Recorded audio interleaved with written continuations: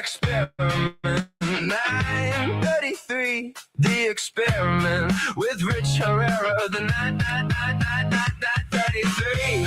Experiment 933. You know, when I met Tim Timberlake, he said, we just would come in and wing the show at times. And I was like, well, we do all this research and we put together the scripts and we know where we're going. A lot of times we just walked in, talked about our lives. He and Alden Aro for all those years here on News Radio WRVA. Why don't we try that style today on the 933 experiment? You never know what's going to happen. Sometimes it's mayhem. Sometimes it's chaos. Sometimes it's very touching. Sometimes it's very aggravating. You just don't know why, because they turn things over to you, our audience here on News Radio WRVA. So I'll throw out a couple things for you. Number one, first and foremost, there's a lot of people, Super Dave, that listen to talk radio, but they never call. How many times do you get first time, long time listener? Oh, lots, yeah. Right? Have you ever I called? say that like only 2% of your listeners ever call. Right. Have you ever called into a talk radio show? No. I think I called Rush Limbaugh once when I was a kid. And I got on the air, but I was on hold for like 3 hours to get on the air. So I got on once for like 2 seconds. I promise we won't, if the listeners call, we won't keep you on hold for 3 hours. Okay, promise that. So I think that's really the only time I've ever called into a talk show, but I love talk radio. I listen to talk radio all the time. I listen to a lot of podcasts, listen to talk radio all the time. So if you've ever listened and you yell at me or you high-five me in your car, call me. I actually like to hear your voice. Tell me what you think. 833-804-1140, 833-804-1140. So, listen, I'll make it easy for you. What are you doing this weekend? Dave is going to sit at home and be salty. Those are some of my best weekends. Dave's a big reader, right? Yeah, I do read a lot. It's been a few days since I read, so I'm overdue. Should we start a book club? As long as it's something I want to read. I'm pretty picky about what I read. What do you read? A lot of biographies, a lot of history. Okay, then I'm right there with you. I watch more YouTube now. I still read a lot, but YouTube is gaining fast. Yeah, I read a lot. I watch a lot of YouTube and learn that way. I'm just lazy and don't read enough. I tried to for Lent just to take a couple minutes to read. And I just saw this story that Americans are losing the ability to actually sit down and read a book. So as soon as my son goes back to school, I am going to, Dave, try to take at least 1 or 2 days a week and just take an hour and just sit there and read a book. For me, it's relaxing. It is. And I don't have enough relaxation in my life because I'm just, okay, you tell people how I am. You don't stop. It's annoying. Always on the go. Yeah. Is it annoying? It is so annoying.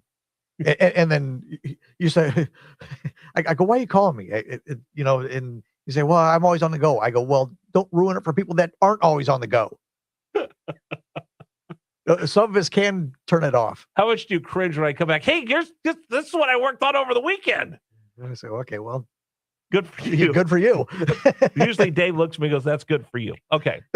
I'm okay with you doing it on Monday, but don't call me on Saturday on something that's for Monday Dave, morning. I'm thinking about doing this in 2 weeks. Yeah.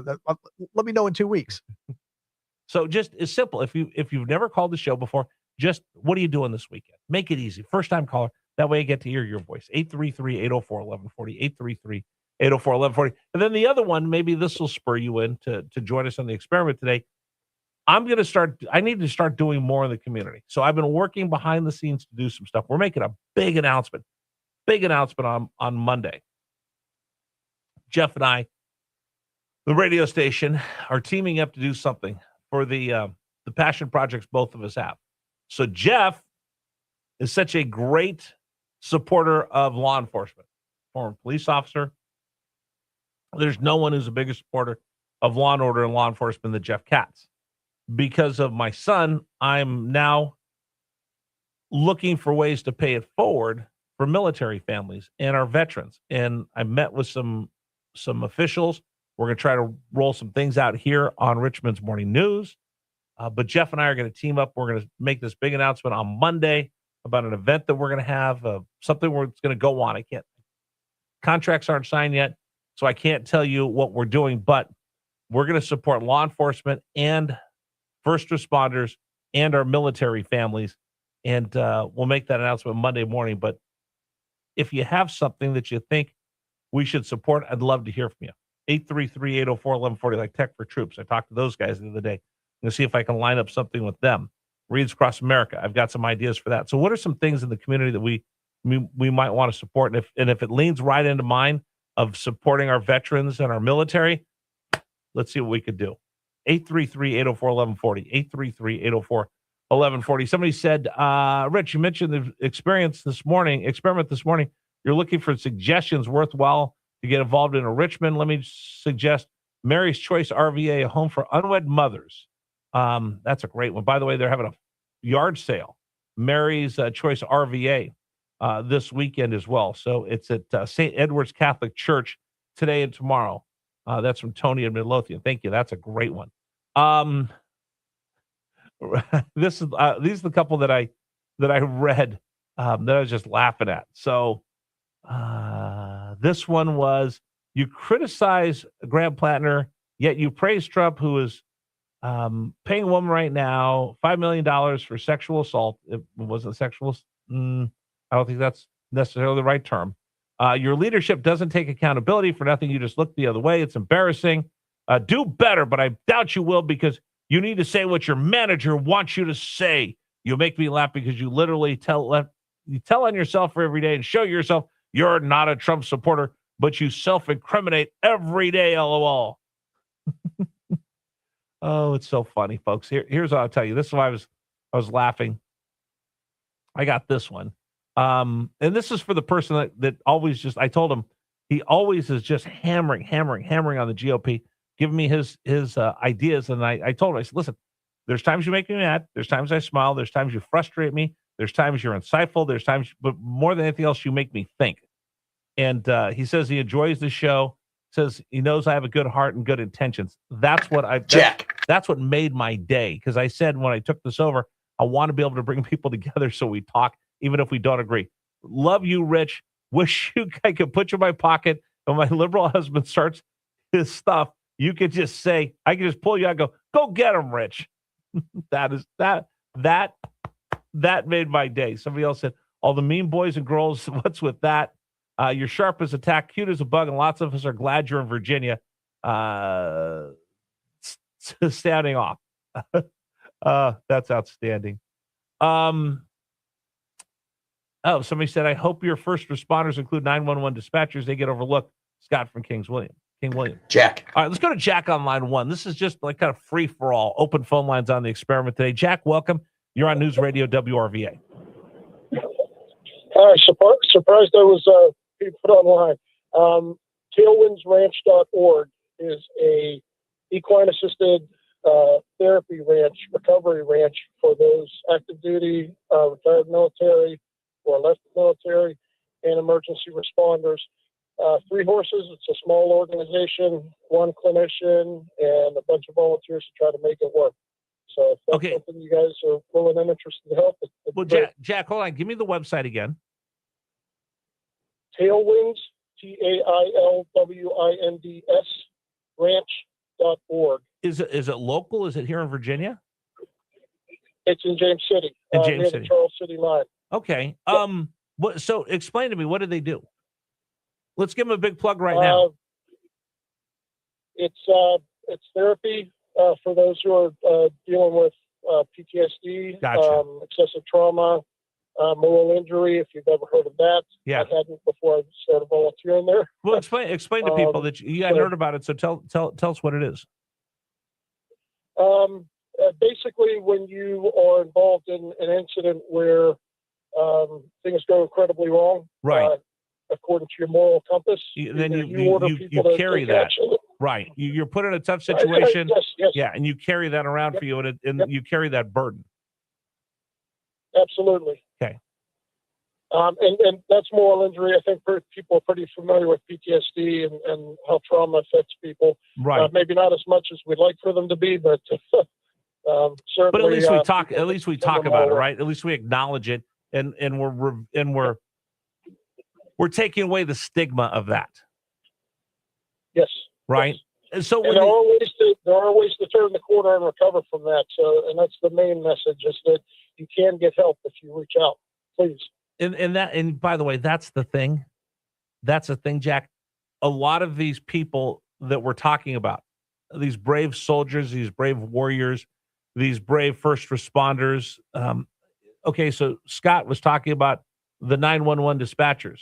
I mean, think about the stress that those people take on, and they volunteer to do that job. They sign up to do a job that you and I wouldn't do. I wouldn't do that. It's a stressful job. I think my job's stressful. Could you imagine being a 911 operator?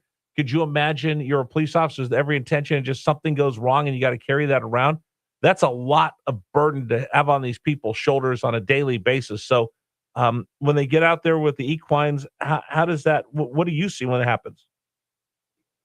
I usually take care of the professionals, the equines, the horses. Okay. They clean up a lot after them. The horses help during the therapy. It's cops and firemen, medics, military folks aren't the usual, hey, let's lay on a couch and talk for an hour about my deep feelings. They're not that type. So if it's a ranch atmosphere and there's dust and there's dirt and there's sweaty horses, and sometimes the horse sneezes on you or does something else near you, that's okay for these kind of folks. This is more normal for them than, hey, there's a couch, lay on there and tell me about your deep problems and feelings. Right. It allows them to open up. It's a welcome. Yep. No, that's and it. We can do things. We work with the horses and clients work with the horses and get to know them, understand how they receive information because it's way different than people. And understand that it can be a communication difficulty when you get frustrated and lash out at somebody rather than an intentional slight. So and you work with the horses, you said? Yes, I'm a servant to the horses. They're the professionals, and I just volunteer to help them out. That is so awesome. All right. One more time, give me the name of the organization. It is tailwindsranch.org, and Tailwinds is one of the owners is a retired Air Force colonel. I was going to say tailwinds or something that aircraft move more easily when they have tailwinds. So it's kind of a throwback to his work. I'm writing that down. Good folks working there. Say that one more time. Tailwindsranch.org. Yeah. And Tailwinds is related to aircraft. No, I just wrote that down, and we'll follow back up with that. So can I just tell you this? You just made my day. You restore my faith in humanity. You go out there, do volunteer work with these beautiful animals, these horses, and then you're helping these first responders.